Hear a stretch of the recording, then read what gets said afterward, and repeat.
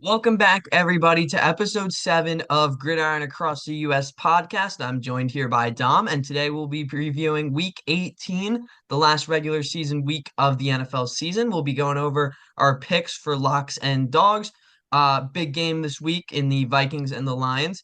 Some other topics, including potential Aaron Rodgers retirement and some playoff matchup previews. So, yeah, hop right into it. This week for my locks and dogs.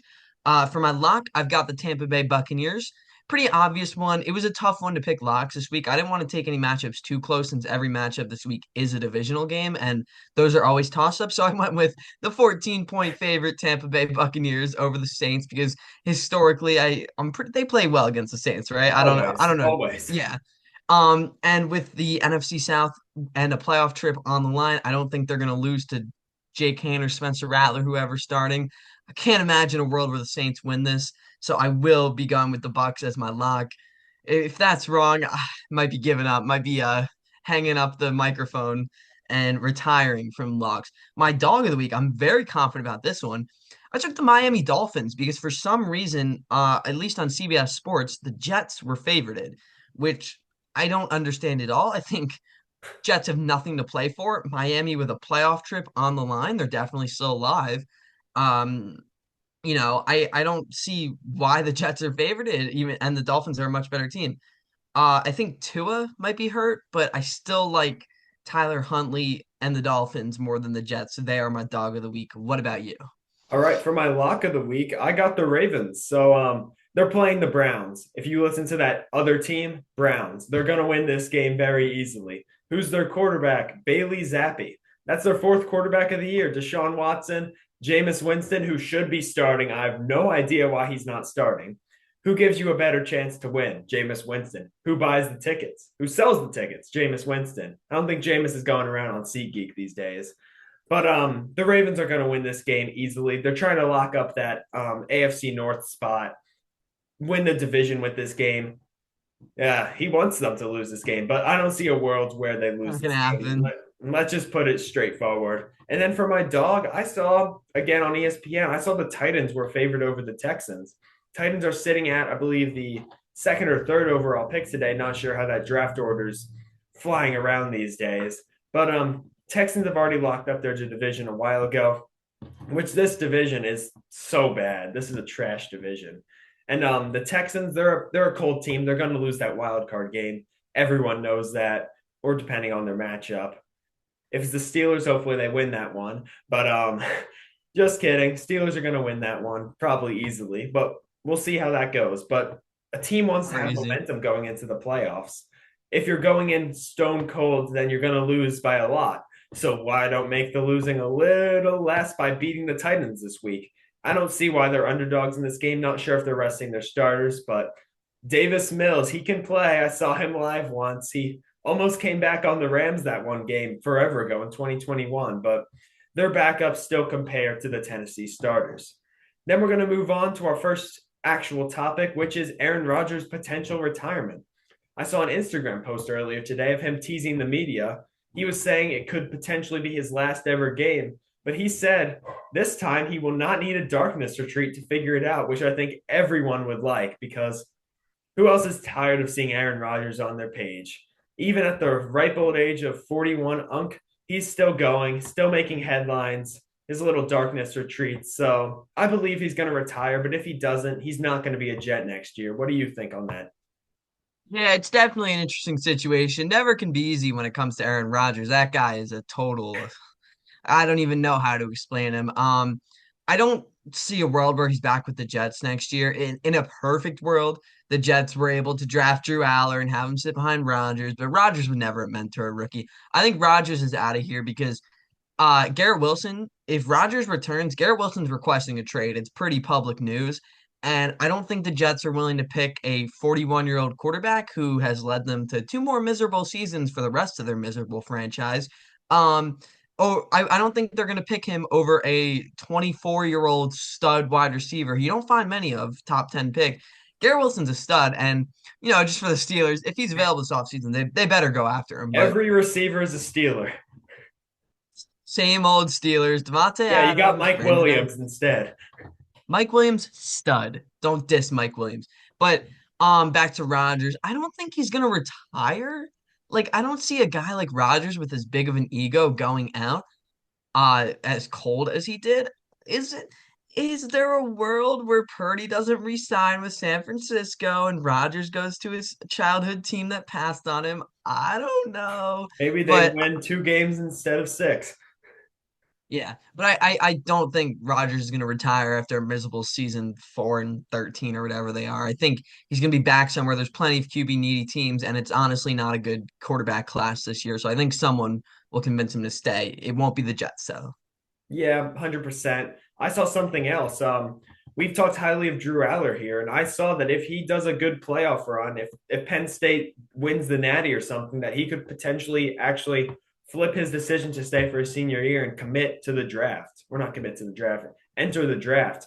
And in a world where that happens, maybe the Jets go get their guy and he's an immediate starter. But like you said, Rodgers is not the guy to mentor a rookie QB. We saw how he treated Jordan Love. And now we see how Jordan Love's doing now. He still picked up his things from Rodgers. And we are going to move on. Well, and one more thing about Aller, I definitely think he should because, in my opinion, he's QB1. He has so much arm talent, and the thing that's wrong with Aller right now is his footwork and some of his decision making, which Can I be don't know if you fixed. know are the two most coachable things when it comes to a quarterback. If you get any competent offensive coordinator and or head coach, offensive minded head coach, they will turn Drew Aller into a Josh Allen type stud. I am telling you, mark my words. If Drew Aller goes to the right situation, he will be an elite quarterback. I am the Drew Aller truther, and I think he should declare this year. I think he's the QB1. I think he could go first overall. Some team's going to take a chance on him. I think Drew Aller will be elite. That's just my 2 cents, though. Back to what you're saying. Seems like we got a big Drew Aller guy over here. And And I'm not as, a Penn State fan because I'm a Steelers fan. Don't I'm not a Penn State fan. I just think Drew Aller is the next Josh Allen. see, as a Maddox Madsen supporter, Madsen should enter the draft and be the number one overall pick. I was completely Sam wrong, Levitt, especially with Arizona these kids. State. Cam Scattaboo. Anyway, we're gonna move on to the game of the week: Vikings versus Lions at Ford Field. This is gonna be a show. Fighting for the 1 seed, two 14-win teams. The thing that's crazy to me is a 14-win team is gonna be the 5 seed going on the road. That's insane to me. I don't know why that it shouldn't work like that, but we've never seen something like this before. And who expected the Vikings to be here? Like, got to give them their props. Everyone said Sam Darnold's trash, but what did Sam Darnold do? He proved them doubters wrong. He's putting on an MVP type season. He's got his receiver core and that defense led by Brian Flores. That's a great group. They work really well together, and the main thing they have is they have chemistry. The guys love each other. Everyone's seen their dances. They choreograph their dance moves after their interceptions. So Yeah, bottom. it's going to be a great game. How about you give me some of your thoughts on this game? Yeah, I definitely agree. I do have the Lions 34-28. I think it's going to be a higher scoring game. I feel like every NFC North game that I've watched this year that doesn't involve the Bears has been a score in that range. So I think it's a pretty good prediction. But I do have the Lions winning at home, one of the better fan bases because they've been through so much. My future team when I go to Michigan and I get an internship, just saying. Um, but when you look at the Vikings, this is an incredible season. Like it's the perfect example of how coaching can change a team. The Vikings they were supposed to be like a 5-12 rebuilding team this year with the talent they had on the team. But when you have Kevin O'Connell, one of the better offensive head coaches, and then Brian Flores, the best defensive coordinator in the league, who should have had a head coaching job by now, doesn't. It's the perfect storm, and they were able to go on such a run like this.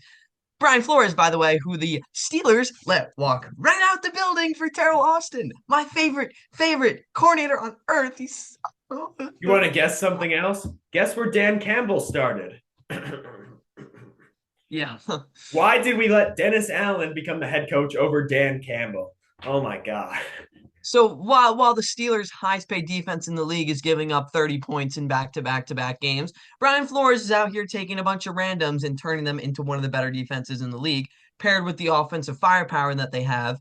They're a great team, and like you said, a 5 seed who's 14-3 should not have to go on the road in the first week of the playoffs. And I think the NFL should consider that. I think all division winners should make the playoffs but I think seeding should be determined by record after that. That's just my opinion. I Yeah, think something like the college football playoff.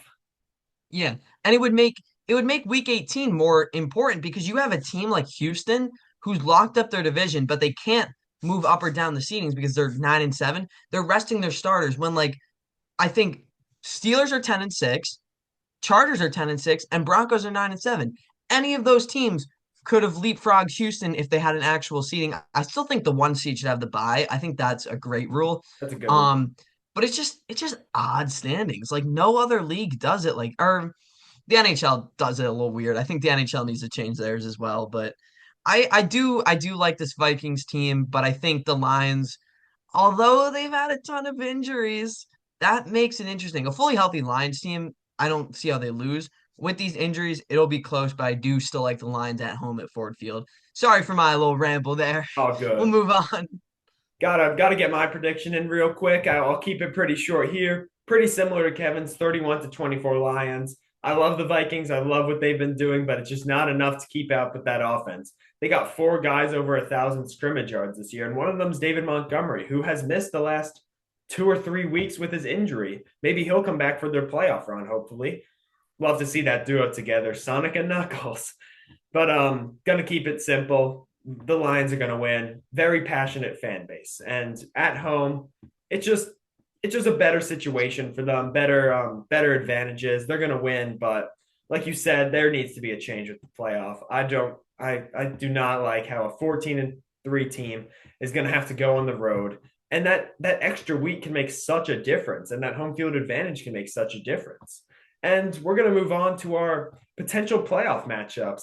I know one of yours you're talking about Texans versus Steelers. They got all the I matchups. promise I won't talk about that too much. No, probably not. I'm going to talk about that 4 and 5 seed. The 5 seed is going to be either the Lions or Vikings, like we were just saying. But I believe the 4 seed is either LA, Tampa Bay, or Atlanta. So we're going to keep this one simple. That 5 seed is going to steamroll whoever that is, unless it's the Rams.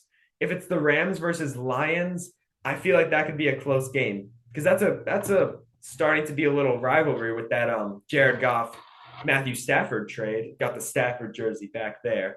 But the Rams are a hot team right now. They're healthy. They can beat anyone. So if the Rams are that 4 seed, which they could be, are you talking about the Steelers here? No, no. I just wanted to add something. And if it's the Vikings versus the Rams, I could also see the Rams winning because you remember, you look back, it was Thursday night in about week 7. The 1-4 Rams were hosting the 5-1 Vikings last time they lost. And although it was that questionable missed face mask where Darnold gets ripped to the side like that, the Rams beat the Vikings. Let's not forget that. And honestly, even with that, even if that face mask was overturned, I still think the They Rams had a win that long way game. to go. Right. The Rams won that game fair and square, in my opinion. I don't think there was much controversy to that. They just looked like the better team because you remember back then. I mean, we look at LA now; they're 10-6, which means they finished the season 9-2. They're on a heater right now. There was a point in time where Cooper Kupp was going to get traded at the deadline, and now we look at an LA team who can really be a competitor in the playoffs. I think their seeding is, a little lower than really represents them as a team. So I think that 4 versus 5 game is going to be much better than the 4 versus 5 in the AFC. The Steelers and the Texans, two teams who probably deserve to lose. Honest God, like Steelers, I'm so done with the Steelers. I don't even want to watch the game tonight, the Bengals game. They're probably going to lose. And then we'll go into Baltimore and we'll lose by 50 in round 1. And Mike Tomlin will say, we don't live in our fears and hit some more of his stupid quotes. And we won't fire Terrell Austin. And we'll be back next year 10-7 to lose in the first round. Heck yeah, brother. Yeah, we're not going to talk about the Saints here because nothing to do with the playoffs for them. But any other playoff matchups you want to hit on? A lot of them aren't decided quite yet. So we'll I see how do it plays out. I do like the right now we're looking at a Chargers at Ravens game, the Harbaugh Bowl. That would be fun. I want to see if the Chargers can hold up against the Ravens, best run defense in the league, and then can the Chargers defense hold up against an MVP candidate like Lamar? Not much to really go over with Denver Buffalo because Denver would just lose by 50. If Cincinnati sneaks in, there's a chance. I think a But will Cincy they sneak Buffalo in? playoff game. would be electric. Final score would be like 45 to 42. That would be fun. And I is Green Bay and Washington can flip-flop, so we won't talk about any of those matchups because they're not locked in. But the AFC is starting to take shape, and it's going to be fun. I'm excited for these playoffs, and some new teams in there, and it should be interesting. Yeah, I think so.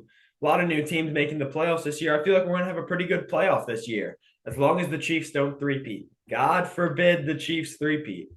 They What I want will. to see They in the will. Super Bowl, I want to see Buffalo and Detroit. That would be a fun Super Bowl. You don't But want to see you don't want to see the Steelers and the Bucks. Come okay, the on. Steelers are going to lose.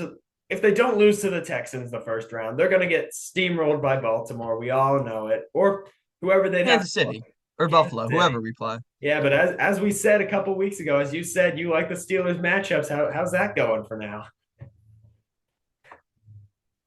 Sorry, what? You were lagging there. I couldn't hear you.